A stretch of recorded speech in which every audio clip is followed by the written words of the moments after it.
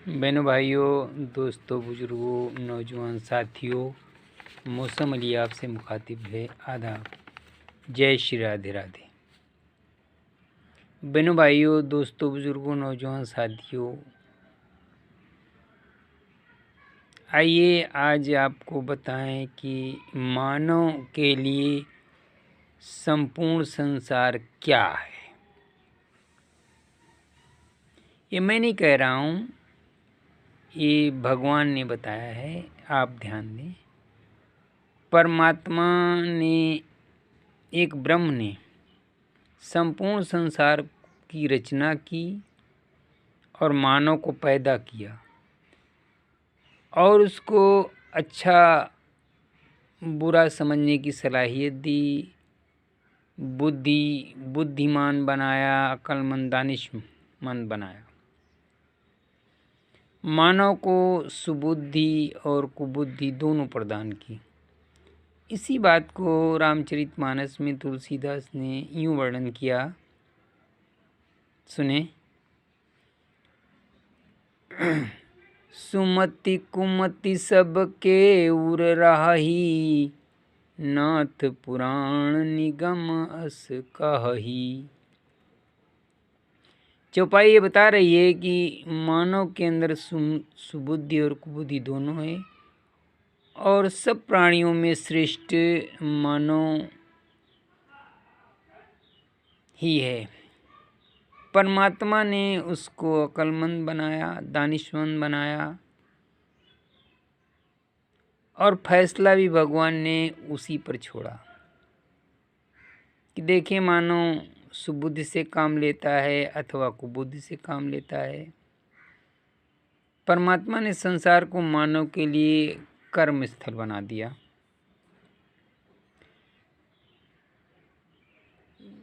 भगवान ने संसार में कोई धर्म या जाति नहीं बनाई, न कोई धर्म उतारा न कोई जाति उतारी, यहाँ कोई स्पेशल जाति या धर्म नहीं।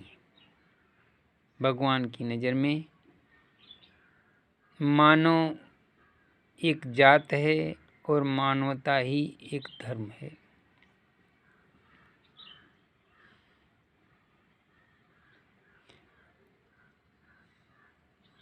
संसार में आदमी अपनी मन के चलते जाति धर्म जो भी बनाता है वो उसकी अपनी सोच है।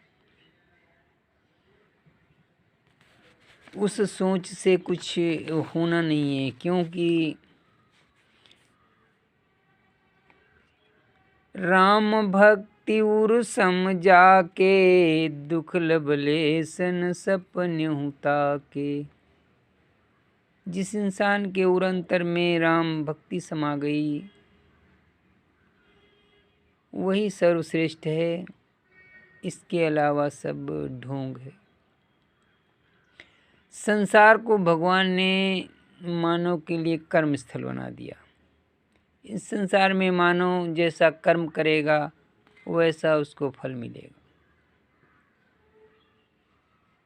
कुरुक्षेत्र के मैदान में भगवान कृष्ण ने अर्जुन को उपदेश दिया और बताया, है अर्जुन,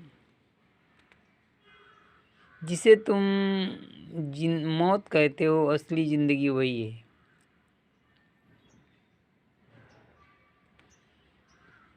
ये तेरा है, ये मेरा है, ये अपना है, वो परा है, सब त्याग दो, फिर सब तुम्हारा है और तुम सबके हो।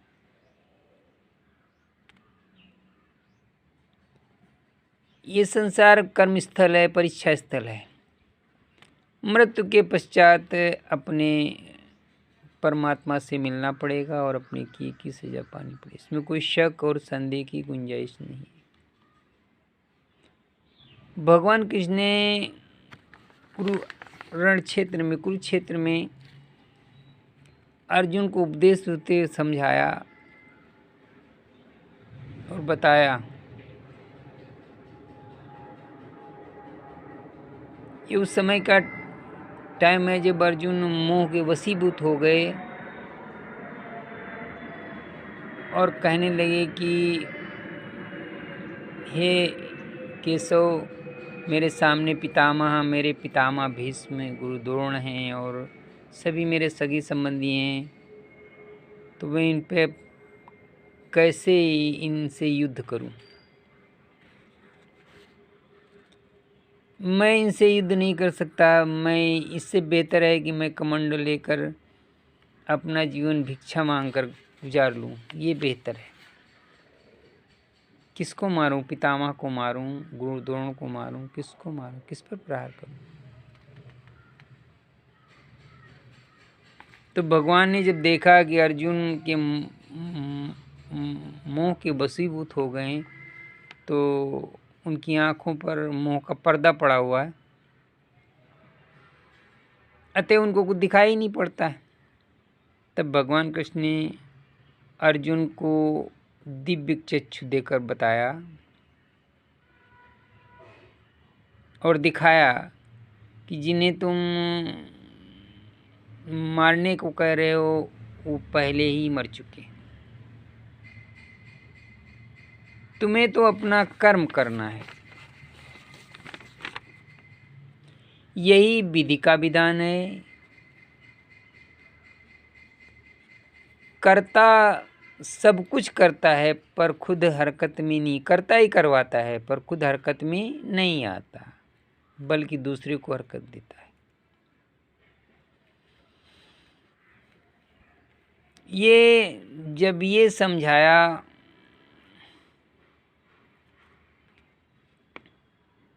और बताया कि आत्मा न मरती है, न जलती है, न पानी में गलती है और न माटी में मिलती है। आत्मा अजर है और अमर है।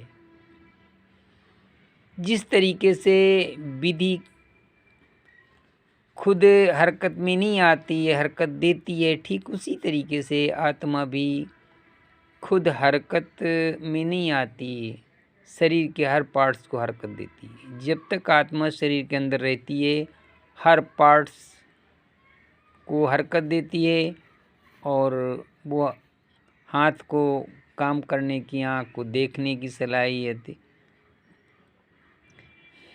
जबान को टेस्ट बात करने की सलाहियत, कानों को सुनने की सलाहियत, पैरों को चलने की सलाहियत, उदर को खाना पचाने की सलाहियत। मगर जब आत्मा शरीर से में नहीं रहती है तो फिर ये जितनी हरकतें सब खत्म हो जाती। कोई न हाथ काम करता है, न शरीर काम, कुछ भी काम नहीं, आँख काम करती, न मुँह काम करता, न पैर काम करता।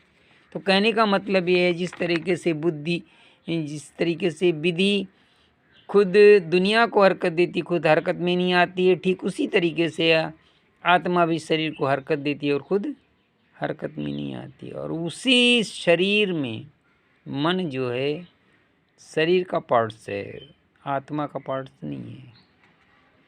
जब आदमी अपने मन की करता है, यहीं से सब अनर्थ है। मानव को अपने मन की नहीं करना चाहिए। मन का वशीभूत जब हो जाता है तब उसे उचित और अनुचित का ज्ञान नहीं रहता।